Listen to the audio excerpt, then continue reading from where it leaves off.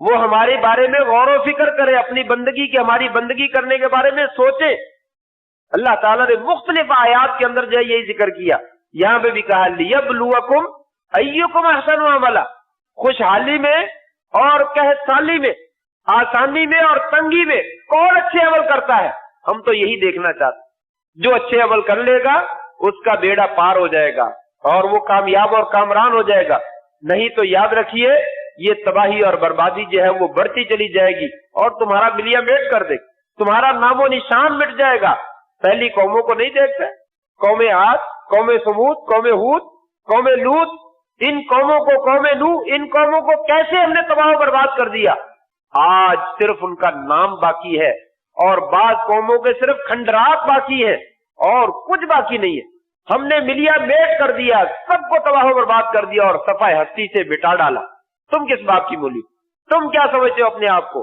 ہمارے مقابلے میں کوئی چیز نہیں ہے، ہم خالق ہیں، ہم مالک ہیں، ہم رازق ہیں، ساری کائنات ہمارے تصرف میں ہے، ہمارے ایک اشارے کی منتظر ہے، ہم جو کرنا چاہتے ہیں ہم کرتے ہیں، ہمیں کوئی پوچھنے والا نہیں۔ تم سمجھتے ہو کہ ہم جو کرنے والے ہیں کرتے ہیں، ہمیں کوئی پوچھنے والا نہیں، نہیں ہم پوچھنے والے۔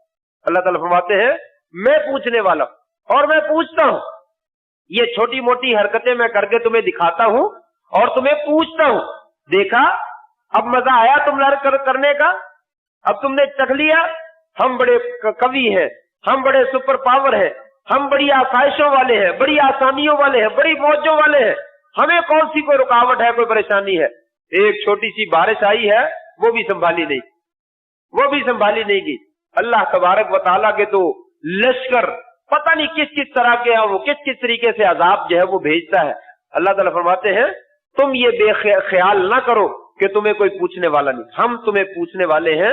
ہم نے تمہیں دنیا میں لیبلوکم ایکم احسن عملا اسی مقصد کے لیے بھیجا ہے تاکہ ہم دیکھیں تم میں سے کون اچھے جو ہے وہ عمل کرنے والا ہے۔ ایک بنیادی سبب تو یہی ہوتا ہے کہ لوگوں کی بدعمالی کی وجہ سے آزمائش آتی ہے، بیماری آتی ہے، جانے کا نام نہیں لیتی، کاروبار چلنے کا نام نہیں لیتا، آسانی مشکل حل ہونے کا نام نہیں لیتی، یہ بدعمالی کا نتیجہ ہوتا ہے۔ انسان کی پکڑ آتی ہے اور انسان کو متنبع کیا جاتا ہے، واپس آؤ، تم غلط راستے پہ چل نکلے ہو، تمہاری لائن درست نہیں ہے، تمہارا راستہ درست نہیں ہے، سیدھا راستہ انتخاب کر لو، سیدھی لائن انتخاب کر لو، واپس آ دو، اللہ ٹھیک ہو جائے۔ لیکن انسان نہیں بدلتا، وہ معاملہ پھر آگے جو ہے وہ بڑھتا چلا جاتا ہے۔ دوسرا سبب بسا اوقات بدعمالی نہیں ہوتی لیکن امتحان پھر بھی مقصود ہوتا ہے، وہی امتحان جو میں نے پہلے ذکر کیا، نیکی ملی ہے، آسانی ملی ہے، شکر کرتا ہے، اور اگر پریشانی آئی ہے صبر کرتا ہے، یہ امتحان، اس میں بدعمالی کا کوئی ذکر نہیں۔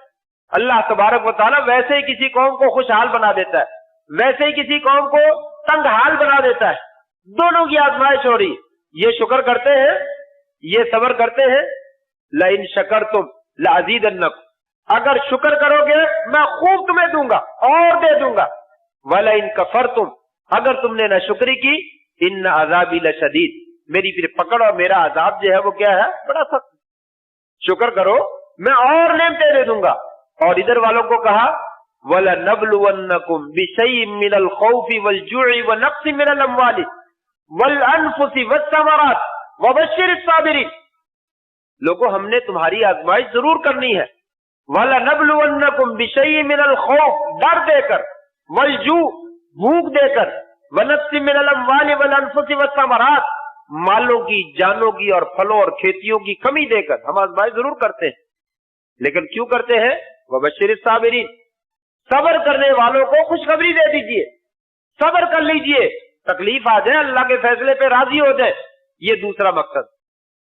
نیکی اور آسانی ملتی ہے تو وہ شکر کرتا ہے، اور تنگی اور پریشانی آتی ہے تو صبر کرتا ہے۔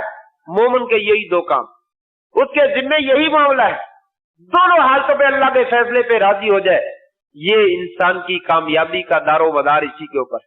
اگر وہ سمجھتا میں نے کوئی جرم نہیں کیا ہے، اللہ کی بندگی کرتا ہوں، توحید پہ قائم دائم ہوں، نماز پڑھتا ہوں، حلال کھاتا ہوں اور میرے تمام معاملات درست ہیں، لیکن یہ پریشانی کیوں آ گئی، تو کہے میرے رب کا فیصلہ ہے، میں اس کے فیصلے پہ راضی ہوں، کوئی بات نہیں۔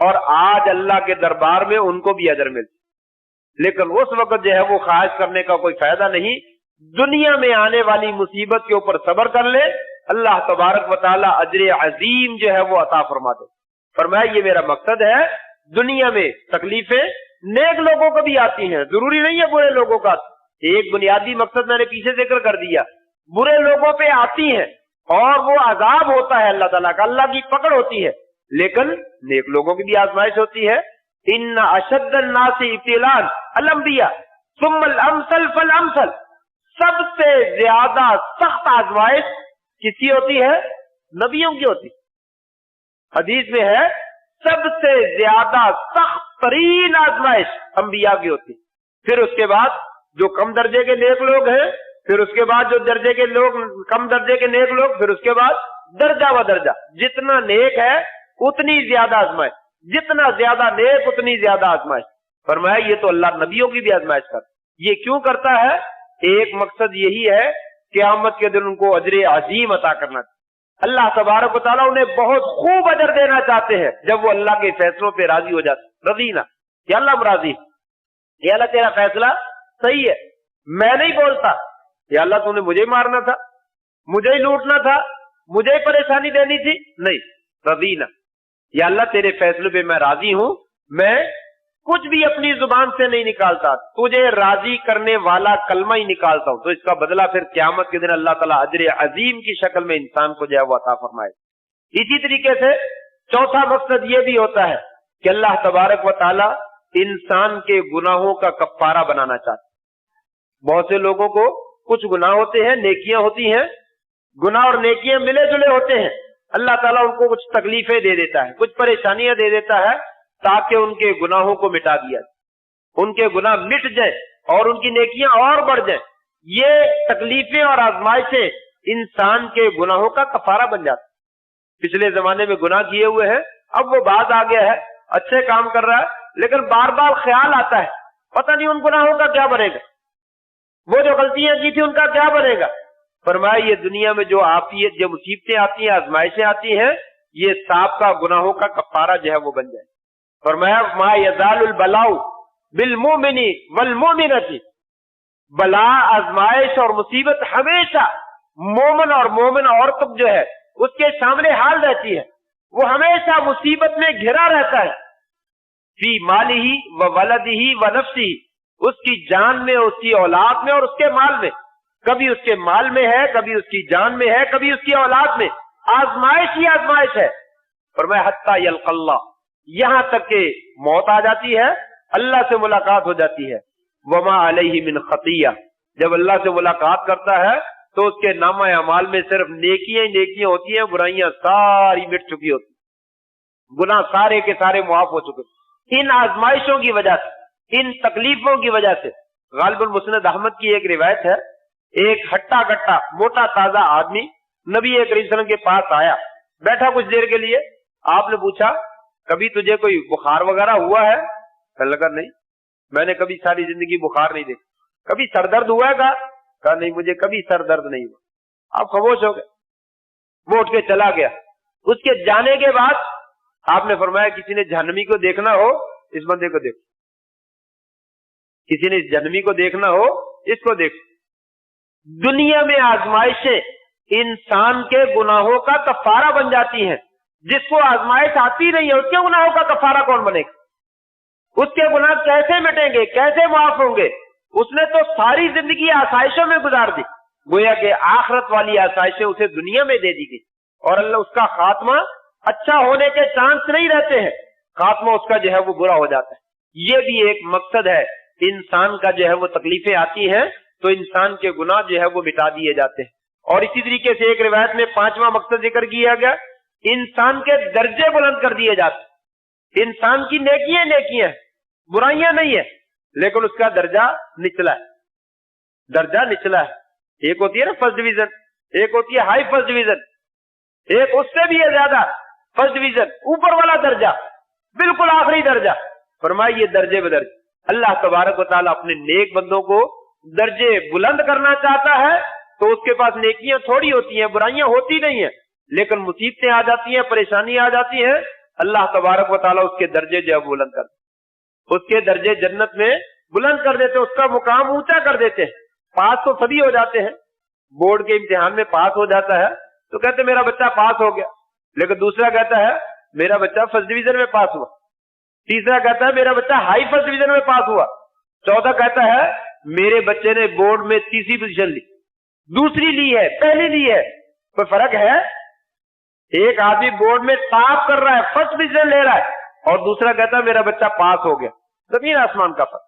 تو اللہ تبارک و تعالیٰ بعض لوگوں کے درجات کو بلند کرنا چاہتا ہے، جب تکلیفیں آتی ہیں انسان صبر کر لیتا ہے، اللہ تبارک و تعالیٰ جو ہے وہ درجے بلند کر دیتا ہے۔ تو یہ آزمائشوں کے مختلف اسباب ہیں۔ بنیادی سبب جو ہے وہی ہے کہ اکثر اوقات انسان کی آزمائش اس کی بدعمالیوں کی وجہ سے ہوتی ہے، اور انسان کو حکم دیا جاتا ہے واپس پلٹ آؤ، جو غلط کام کر رہے ہیں ان کو چھوڑ دو، اپنی زندگی کا جائزہ لو کہ میرے کہاں کہاں پہ غلطیاں ہو رہی ہیں، کہاں کہاں پہ میں معاملات کو لائن کو غلط اختیار کر رہا ہوں، وہاں سے انسان کو واپس جو ہے وہ پلٹایا جاتا ہے۔ بہرحال جب آزمائش آ جائے انسان کو بہت سارے کام کرنے چاہیے۔ وقت ہو گیا، 4 کاموں کی طرف اختصار سے اشارہ کر دو۔ نمبر 1 توبہ کر، نمبر 1 گناہوں سے توبہ کرے، اللہ کی طرف رجوع کرے، پلٹے اور واپس آ جائے، اور اللہ کی اطاعت اور فرما برداری کرے۔ ایک آیت میں آتا ہے وَأَقِیمُوا الصَّلَاةَ وَآتُوا الزَّکَاةَ وَأَطِیعُوا الرَّسُولَ لَعَلَّکُمْ تُرْحَمُونَ۔ لوگوں نماز پڑھو، زکوٰۃ دے دو، اور رسول کی نافرمانی نہ کرو، اطاعت کرو۔ نتیجہ کیا نکلے گا؟ تاکہ تمہارے اوپر رحم کیا جائے، اللہ کی رحمت تمہارے شامل حال ہو جائے۔ تو گویا کہ انسان کو توبہ کر کے اللہ کی بندگی کی طرف آ جانا چاہیے۔ جب بندگی کی طرف آ جائے گا تو اللہ تعالیٰ کی رحمت انسان کے شامل حال ہو جائے گی۔ نمبر 2 انسان صبر کا مظاہرہ کرے، جزا فضا نہ کرے، واویلا نہ کرے، اور اللہ کے فیصلے کے اوپر جو ہے وہ راضی ہو جائے۔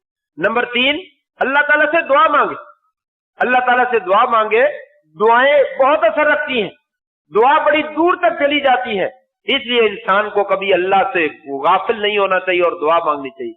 انا للہ و انا الیہ راجعون، اللہم اجرنی فی مصیبتی واخلف لی خیرا منہا، یہ بھی پڑھ لے۔ ایک دعائے کرب ہے، بڑی زبردست دعا ہے، لا الہ الا اللہ العظیم الحلیم، لا الہ الا اللہ رب العرش العظیم، لا الہ الا اللہ رب السماوات ورب الارض ورب العرش الکریم۔ یہ تینوں جگہ پہ اللہ تعالیٰ کی توحید کے زبردست کلمات۔ اس کے بارے میں وقت ہو گیا ہے، میں اشارہ ہی کر دوں۔ ایک قصے میں آتا ہے حسن بصری رحمہ اللہ، ان کو حجاج ابن یوسف نے بلایا۔ حجاج بن یوسف معمولی بات پہ بندے کو قتل کر دیتا تھا۔ حسن بصری بہت بڑے تابعی ہیں اور بہت بڑے عالم ہیں۔ کہنے لگے جب وہ حجاج بن یوسف نے بلایا تو مجھے کھٹکا پیدا ہوا کہ لگتا ہے میری باری آ گئی، معاملہ جو ہے وہ گڑبڑ ہے۔ کہنے لگے میں نے جاتے جاتے کثرت کے ساتھ یہ پڑھا، لا الہ الا اللہ العظیم الحلیم، لا الہ الا اللہ رب العرش العظیم، لا الہ الا اللہ رب السماوات ورب الارض ورب العرش الکریم۔ میں یہ پڑھتا چلا گیا۔ کہنے لگے جب حجاج کے محفل میں پہنچا تو اللہ کہنے لگے حسن میں نے تجھے بلایا تو قتل کرنے کے لیے تھا، لیکن اس وقت پتہ نہیں کیا مسئلہ ہے، میرے نزدیک سب سے زیادہ محبوب بندہ ہی تو ہے۔ مانگو کیا مانگتے ہو میں تجھے دینے کے لیے تیار، مانگو کیا مانگتے ہو میں تجھے دینے کے لیے تیار۔ یہ دعائے کرب ہے۔ تکلیف کے وقت میں، شدت کے وقت میں اللہ کو یاد کیجئے، اللہ کی تسبیح کیجئے۔ اللہ تبارک و تعالیٰ جو ہے وہ زندگی جو ہے وہ دن جو ہے وہ بدلنے پہ قادر ہے، اور اللہ تبارک و تعالیٰ جو ہے وہ دن بدل دیتا ہے۔ اور اس کے ساتھ ساتھ انسان جو ہے آخری نمبر پہ، چوتھا نمبر 1 انسان جو ہے وہ توبہ کرے، نمبر 2 صبر کا مظاہرہ کرے، نمبر 3 دعا کرے، اور نمبر 4 اللہ تعالیٰ کی اطاعت اور فرما برداری کرے اور اس کی نافرمانی سے باز آ جائے۔ یقیناً اللہ تبارک و تعالیٰ جو ہے وہ حالات پلٹنے پہ قادر ہے۔ اللہ سے دعا ہے اللہ تبارک و تعالیٰ ہمیں آزمائشوں سے محفوظ فرمائے، اور کبھی آ جائے تو اللہ تعالیٰ ہمیں اس میں ثابت قدم رہنے کی اور جو اچھے اعمال ہیں وہ سر انجام دینے کی توفیق نصیب فرما دے، اور جہاں کہیں بھی مشکلات ہیں اللہ تعالیٰ ہمارے بھائیوں کی مشکلات کو دور فرما دے۔ وآخر دعوانا الحمدللہ رب العالمین۔